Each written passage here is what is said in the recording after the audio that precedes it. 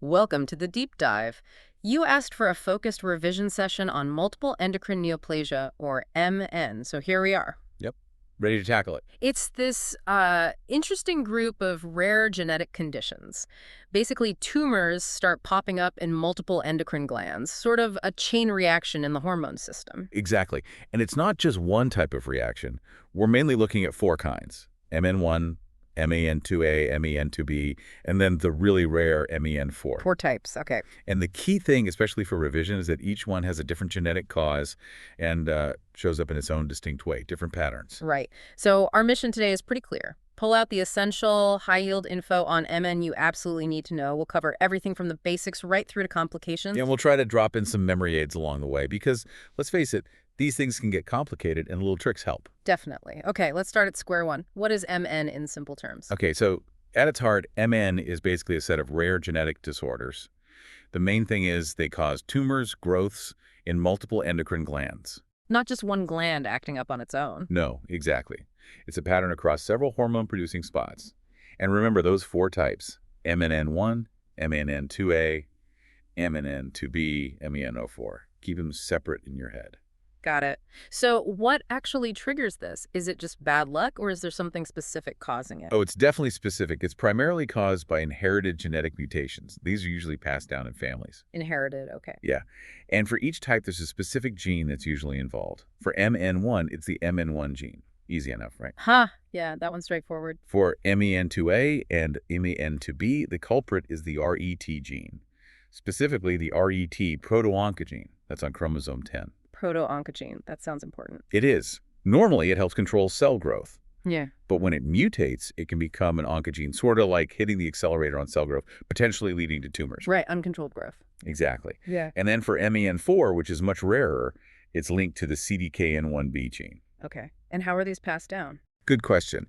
It's usually an autosomal dominant pattern, which basically means, you only need to inherit one copy of the mutated gene from one parent to have a high chance of developing the condition. Just one copy is enough. Wow. So if your family has a history. That's the biggest risk factor, hands down. Mhm. A strong family history of MEN means your risk of carrying that specific mutation and potentially developing the condition is way higher. Makes sense. So that specific mutation is the key risk factor. Precisely. Okay, we've covered the what and the why. How does it actually work? How did these mutations lead to tumors in all these different glands? So the pathophysiology, the how, boils down to abnormal growth of endocrine tissue. These mutations basically mess up the normal signals that tell cells when to grow, when to stop. They kind of take the brakes off. Leading to tumors. Right. And the glands that get hit most often are the parathyroids. They handle calcium, the gastroenteropancreatic tract, so stomach and pancreas hormones. Like insulin and gastrin. Yep. Also the anterior pituitary, the thyroid, specifically the C cells making calcitonin, and the adrenal glands, especially the inner part, the medulla. That's quite a range of glands. So if someone shows up with tumors in a few of these places, how do you tell if it's MN or maybe something else entirely? What are the lookalikes? That's the differential diagnosis challenge. Yeah. Yeah, other conditions can look similar, like familial non-medullary thyroid cancer, if the thyroid's involved, Right. or pheochromocytoma paraganglioma syndromes. It's mainly adrenal-type tumors.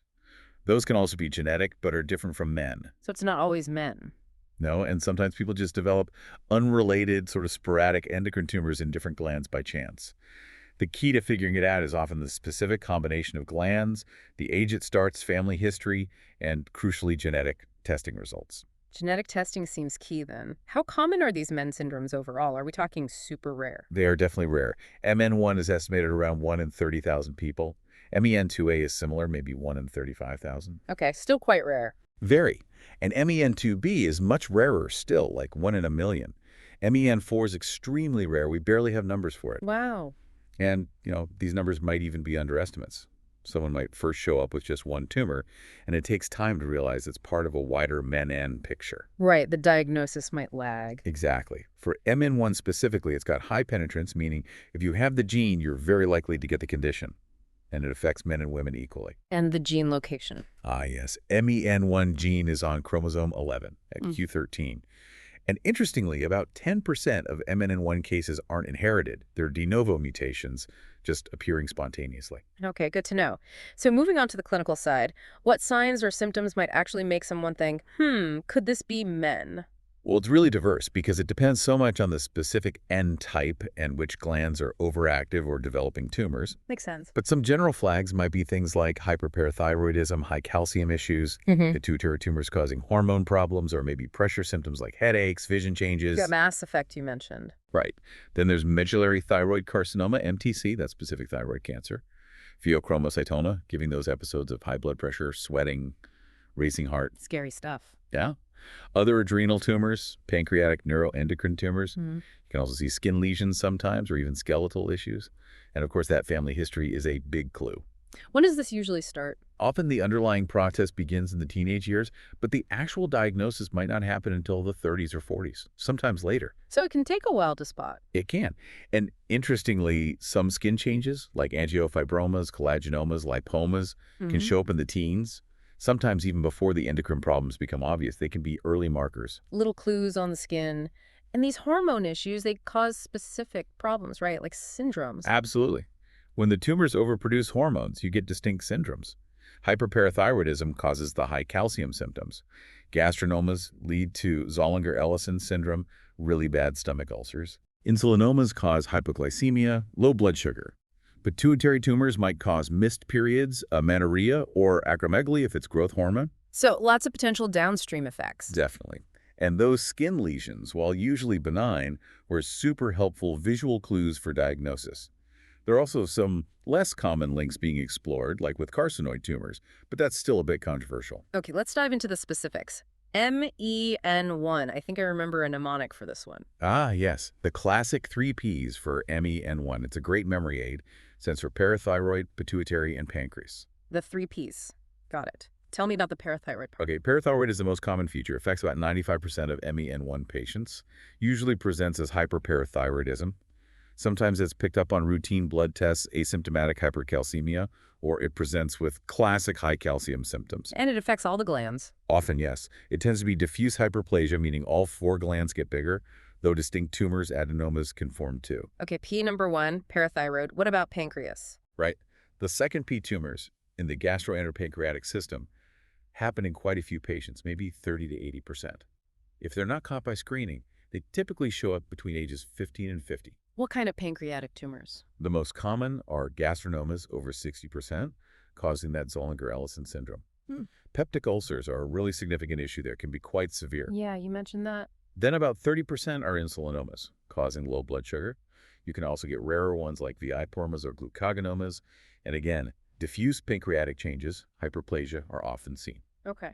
And the final P, pituitary. Yep, anterior pituitary tumors, also very common, found in maybe 30% on screening, but seen in up to half of patients post-mortem. Higher than you might think then. Definitely. Unlike the others, you don't really see diffuse hyperplasia here. The most common type is a prolactinoma, secreting prolactin, making up about 30%. They can sometimes be a bit more aggressive than sporadic ones. Okay. Acromegaly from growth hormone tumors is also seen in about 30%. Other functioning pituitary tumors are pretty rare in MEN1. And don't forget the skin stuff. Right. Good reminder. Those angiofibromas, collagenomas, lipomas, benign but useful markers, especially early on. Okay, 3Ps for MEN1 locked in. Now, MEN2. It's got subtypes, right? Yes, MEN2 is split into MEN2A and MEN2B. The general symptoms often relate to medullary thyroid carcinoma, MTC, hyperparathyroidism, or pheochromocytoma. MTC. That's the thyroid cancer. That specific type, yes. And a key point for MEN2 is that MTC can start really early, sometimes even in infancy, like 2 months old. Wow, that young. Yeah. So symptoms might be things like high blood pressure, sweating episodes, diarrhea, maybe itchy skin, or just a neck lump. If hyperparathyroidism is involved, you get the high calcium symptoms, constipation, peeing a lot, confusion. Right. And pheochromocytoma, that adrenal tumor, develops in around 40% of MEN2 patients overall. Okay, so how do 2A and 2B differ? Are there mnemonics for these two? There are. For MEN2A, which is sometimes called Sipple's syndrome, it's like 2 Ps plus MTC. UPS plus MTC. Yep. Parathyroid and pheochromocytoma, plus the medullary thyroid carcinoma, which happens in almost everyone with MEN2A, nearly 100%. It's often the first thing noticed. Okay. Pheochromocytoma occurs in maybe 30–50%, and hyperparathyroidism in about 20%. Some people might also develop kidney stones or kidney damage because of the calcium issues. Okay, 2PS plus MTC for MEN2A. What about MEN2B? For MEN2B, think 1P plus MTC, but with some really distinct physical features added in. 1P, which one? Pheochromocytoma, so it's pheo plus MTC, plus things like a Marfanoid habitus, that tall, slender build with long limbs. Ah, like Marfan syndrome features. Sort of, yeah. Plus mucosal neuromas, these little benign nerve bumps often seen on the lips, tongue, eyelids, and other skeletal abnormalities. So quite a distinct look. Very distinct. The MTC in MEN2B tends to start earlier and be more aggressive than in 2A. Pheos occur in about 50%, often multiple, and in both adrenals. And overall, MEN2B often presents earlier than 2A. Any other features for 2B? Yes, intestinal ganglion neuromatosis is common, affecting gut nerves in about 75%. And delayed puberty can also be a feature. Okay, quite different pictures then. So we know the features. How do doctors actually investigate these? What tests are involved? Generally, it's a mix. You need genetic testing, that's fundamental, to find the specific mutation. Then imaging, CT, MRI, ultrasound to actually see the tumors, and blood tests to check hormone levels and specific tumor markers. Let's break that down. MEN1 investigations. For MEN1, screening relatives is really important, first and second degree. Diagnosis often starts with clinical suspicion. Those skin signs, high calcium, maybe stomach acid issues. Right. Blood tests confirm hormone overproduction. Imaging locates tumors. But the definitive diagnosis really comes down to DNA testing for that MEN1 gene mutation. DNA testing is key. Absolutely. Prenatal diagnosis is also possible in families with known MEN1. When screening relatives, you're looking for early signs of the parathyroid, pancreas, or pituitary. Makes sense. And you might also consider MEN1 testing if someone just shows up with, say, a gastronoma or insulinoma out of the blue, even without a family history. Routine testing is generally recommended for classic MEN1 familial hyperparathyroidism or sporadic hyperparathyroidism, plus another MEN1 tumor. Is the genetic testing accurate? Very. Genetic linkage analysis can be over 95% predictive in known families. Okay. What about investigations for MEN2? For MEN10, screening for pheochromocytoma is vital. That usually involves 24-hour urine tests for catecholamines and VMA. Imaging like abdominal MRI or MEG scans helps find them. And for the thyroid part, MTC. High plasma calcitonin is the big marker for MTC. If thyroid nodules are found on exam or imaging, you'd use ultrasound and fine needle aspiration biopsy. Okay. Parathyroid? Check serum calcium, parathyroid hormone, PTH, and maybe the urine calcium creatinine ratio. Then the genetics. Molecular diagnosis looks for mutations in that RET proto-oncogene. Again, testing is highly predictive, like 98–99% accurate. Wow. So how often do people get screened? For people at risk, it's usually annual screening starting around age 10. That involves urine catecholamines, serum calcium, and PTH. And after treatment for MTC? You monitor for recurrence using plasma calcitonin, CEA levels, and sometimes provocative calcitonin tests. Right. So once you have a diagnosis, what's the plan? How is MN managed? It absolutely needs a multidisciplinary team. You need endocrinologists, geneticists, surgeons, maybe others, depending on the specific problems. Team effort. Totally. Treatment involves things like surgery to remove tumors, hormone replacement if needed, sometimes targeted medications, and always regular monitoring. Genetic counseling for the patient and family is also essential. Let's focus on MEN1 management. Okay. Genetic counseling is step one. Medically, you might use drugs like diazoxide for insulomas, PBIs for gastronomas, or hormone replacement. Skin tumors can be surgically removed. What about the internal tumors? Surgery is often needed for parathyroid, pancreatic, or pituitary tumors, but the specific approach really varies based on the tumor size, location, and whether it's making hormones. Okay. And MEN2 management. Key goals are identifying the RET mutation and reducing the risks, especially from MTC and pheo. Surgery is usually needed for pheochromocytomas, or the precursor, adrenal medullary hyperplasia. And the thyroid.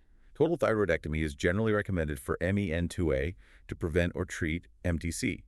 For MEN2B, because the MTC is often more aggressive, surgery is even more critical, thyroidectomy plus lymph node dissection, along with close monitoring of tumor markers.